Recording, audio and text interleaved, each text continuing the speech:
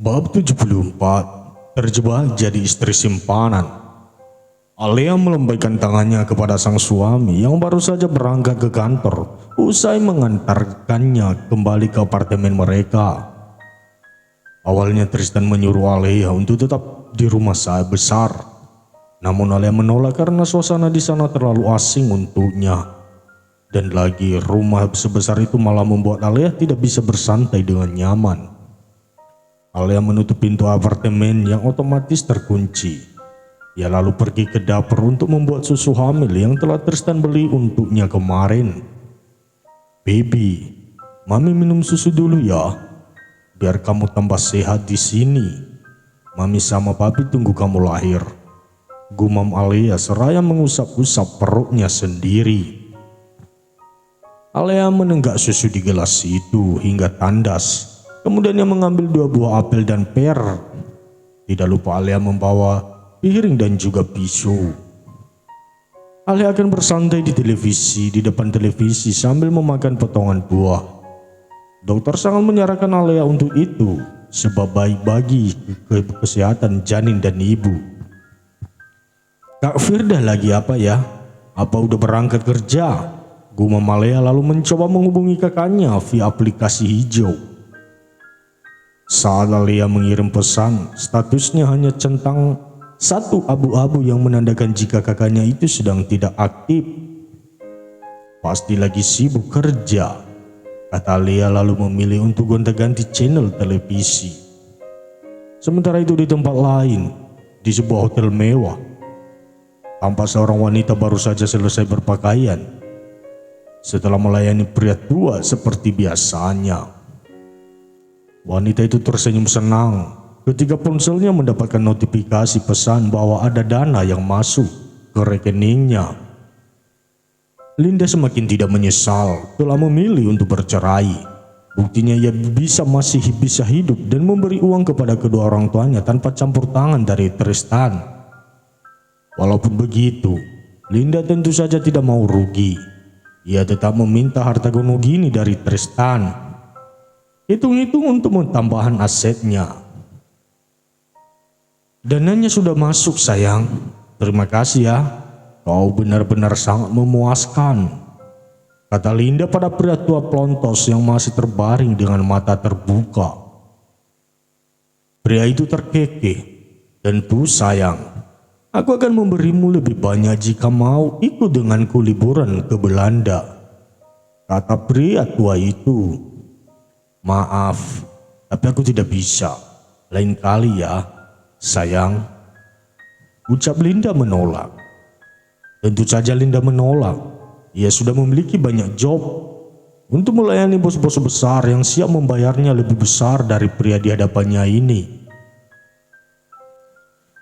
Tanpa banyak bicara lagi, Linda pun langsung pergi dari kamar hotel yang benar-benar sangat berantakan usai adegan penuh kenikmatan semalam. Seperti biasanya, Linda akan keluar dengan kacamata hitam yang bertengger di matanya. Walaupun ia wanita bayaran, tapi Linda selalu bertindak seakan ia adalah wanita mahal dan berkelas. Linda tidak takut sama sekali jika ada media yang memberitakan dirinya keluar masuk ke dalam hotel. Oh, dia sudah tidak ada hubungan dengan awak media. Dulu ia harus bisa menjaga image sebagai menantu keluarga Kusuma dan sebagai seorang model. Tapi semua itu kini tidak berguna. Ia akan bercerai dari Tristan dan mundur dari dunia modeling.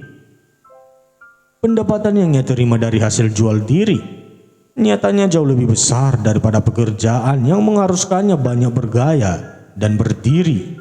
Benar-benar melelahkan. Hari ini Linda akan pulang ke rumah kedua orang tuanya, sekedar untuk memberikan mereka berdua uang. Linda benar-benar pusing sebenarnya, sebab ketika di sana maka kedua orang tuanya akan selalu membahas tentang Tristan. Kedua orang tuanya selalu mencoba untuk membatalkan perceraiannya dengan Tristan, namun Linda tetap pada tujuannya. Ia akan tetap pisah dari Tristan karena muak dengan sikap pria itu selama ini. Sejujurnya, dibanding Tristan, Linda lebih memilih Fade. Tapi kenyataannya, pria itu kini sudah mengetahui faktanya dan memilih untuk meninggalkannya. Dalam hidup Linda sekarang hanya ada uang dan melayani pria-pria kaya. Selama dirinya bisa memuaskan pria, maka ia tidak perlu takut kehabisan uang. Linda sampai di rumahnya. Ia langsung disambut oleh kedua orang tuanya di depan pintu rumah. "Ma, Pa," panggil Linda dengan penuh senyuman. "Akhirnya kamu pulang. Sudah pikirkan tentang keinginan kami?" tanya Mama Linda. Linda yang tadinya tersenyum kini mengubah ekspresi wajahnya menjadi datar. "Linda, sudah kau batalkan kan rencana perceraiannya?" Ini giliran Papa Linda yang bertanya. "Ma, Pa, ayolah, berhenti membahas Tristan. Aku bisa memberi kalian banyak uang tanpa membawa-bawa dia," kata Linda dengan suara yang kesal. Linda mengambil amplop coklat yang begitu tebal, bahkan tidak bisa digenggam. "Jangan membahas Tristan terus. Lebih baik kalian nikmati uang pemberian dariku," tambah Linda, lalu segera masuk ke dalam rumahnya. Kedua orang tua Linda menghela nafas. Mereka benar-benar kalah akan penolakan Linda. Putri mereka itu sudah benar-benar bertekad untuk cerai dari Tristan. "Sudahlah, akan lebih baik kita tidak memaksanya untuk rujuk dengan Tristan," kata Mama Linda. "Tapi Tristan bisa memberi kita lebih banyak dari ini, Ma. Apa anak itu tidak bisa berpikir?" balas Papa Linda tidak setuju. Kedua orang tua Linda tidak jauh dari Linda. Mereka sama-sama haus akan uang dan harta. Itulah mengapa ada pepatah mengatakan bahwa buah jatuh tidak akan jauh dari pohonnya. Jam makan siang yang biasa Fade habiskan di ruang kerjanya, kini malah ia habiskan di sebuah restoran yang beberapa kali ia datangi. Sambil menikmati makan siang miliknya, ia menoleh ke arah seorang gadis yang tampak begitu serius dalam bekerja. Fade tersenyum setiap kali Firda tersenyum pada pelanggan yang ada di sana. Gadis itu benar-benar melayani pelanggan restoran dengan ramah dan sopan.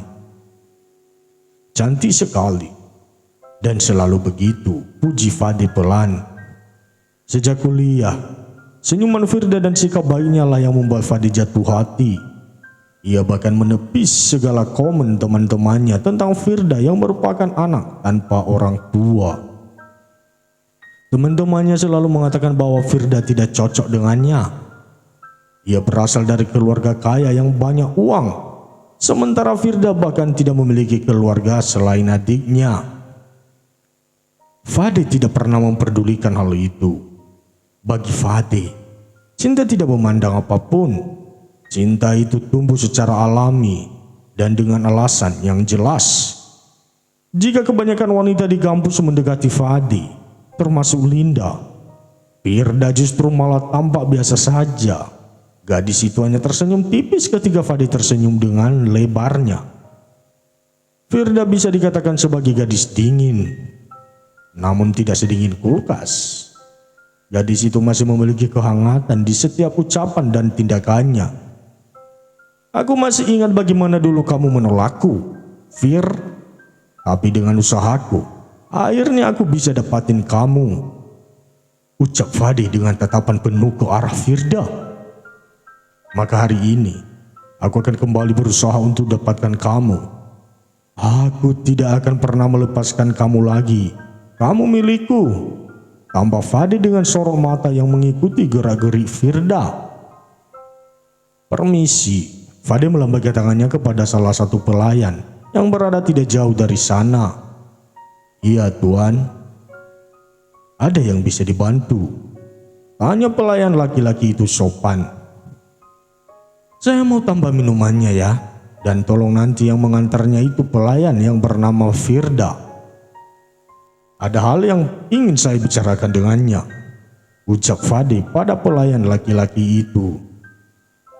Pelayan itu pun pergi meninggalkan Fade untuk membuat minum.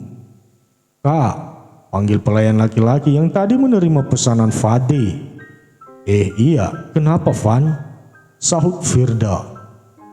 Tolong antar minuman ini ke meja 12 ya. Katanya dia mau ngomong, kata Evan seraya memberikan minuman pesanan Fade.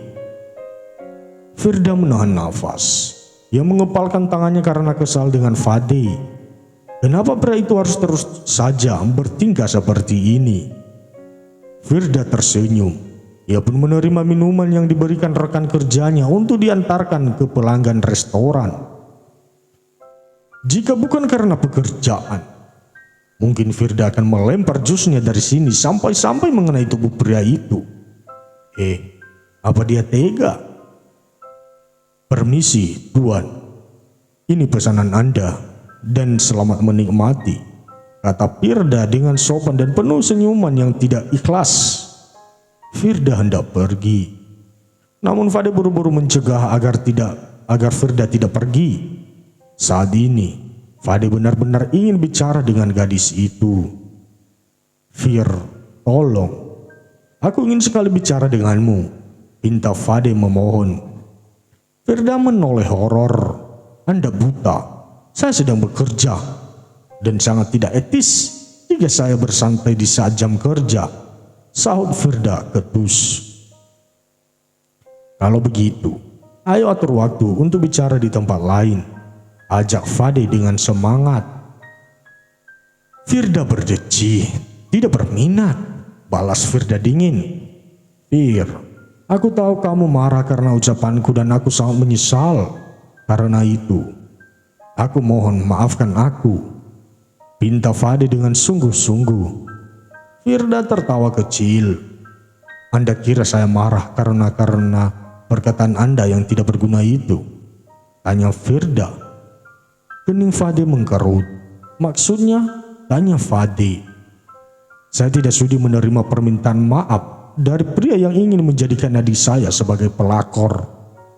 Walaupun Anda berniat untuk menolong, setidaknya jangan berikan pekerjaan itu, jawab Firda penuh penekanan. Usai mengatakan itu, Firda pun pergi dari hadapan Fade dengan tangan terkepal.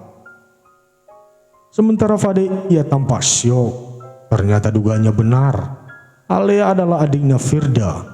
Gadis yang ia minta untuk merebut Tristan adalah adik dari gadis yang dicintainya. Jadi Firda pernah koma. Gumam Fade teringat alasan mengapa Alea mencari pekerjaan. Mantan kekasihmu pernah hampir tiada, jadi jaga dia baik-baik. Fade ingat ucapan Linda waktu itu. Bagaimana Linda tahu jika Firda hampir tiada? Pikiran Fade mulai melayang.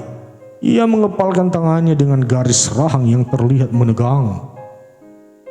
Wanita itu benar-benar tidak pantas untuk bebas berkeliaran. Gumam Fade dengan dadap dipenuhi rasa marah.